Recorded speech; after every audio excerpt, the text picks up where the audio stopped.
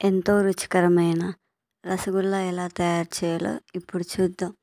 ఒక ప్యాన్లో 1 లీటర్ పాలు తీసుకొని వాటిని బాగా మరిగించుకోవాలి. అడుగంటకుండా కలుపుతూ ఉండాలి.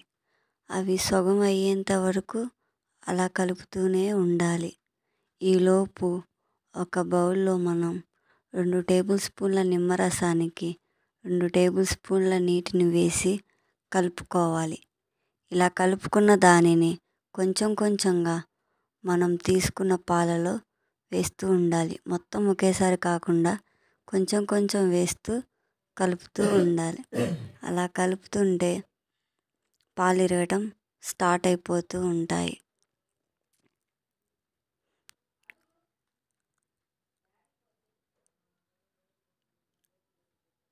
ఇలా పాలు ఇరగటం స్టార్ట్ అయిన తర్వాత దీన్ని తీసుకొని ఒక తెల్లని క్లాత్లో వేసి గట్టిగా నీటిని మొత్తం తీసేయాలి. అలా తీసేసిన తర్వాత మళ్ళీ 2 లేదా 3 సార్లు చల్లని వాటర్ వేసుకొని కలుపుకోవాలి.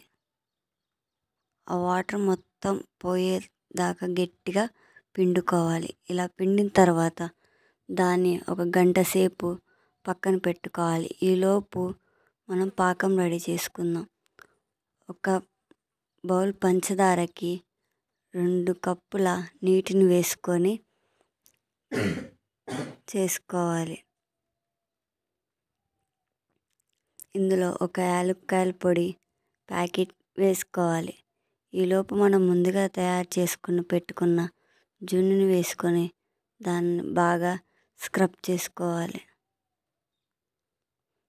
తర్వాత చిన్న చిన్న ఉండలుగా చేసుకొని బౌల్లా చేసుకోవాలి. వాటిని చిన్న చిన్న బాల్స్లా చేసుకొని కాసేపు పక్కన పెట్టుకోవాలి. వీటిని తీసుకొని ముందుగా తయారు చేసుకున్న పంచదార పాకంలో వీటిని వేసుకొని కాసేపు మూత పెట్టి ఉంచాలి. ఇలా ఉంచిన తర్వాత అవి కాసేపటికి మనం వేసిన దానికి డబుల్ అవుతాయి. అంతే, ఎంతో రుచికరమైన రసగుల్లా రెడీ. మీకు నచ్చినట్టయితే ఎలా ఉందో కామెంట్ చేయండి. మీరు ట్రై చేయండి. Thanks for watching.